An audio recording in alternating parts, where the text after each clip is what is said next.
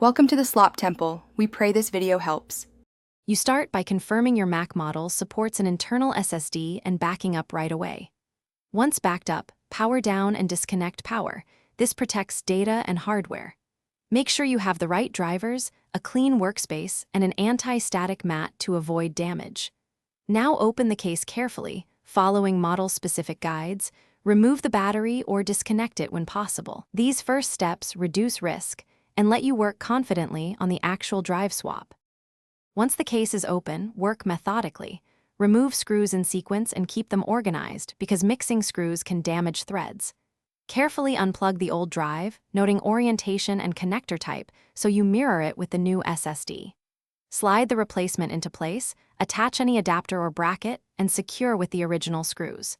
Make sure cable connections are snug but not forced. When everything is seated, reconnect power and close the chassis. This ensures a reliable physical. You now boot into recovery or an external installer to format the SSD.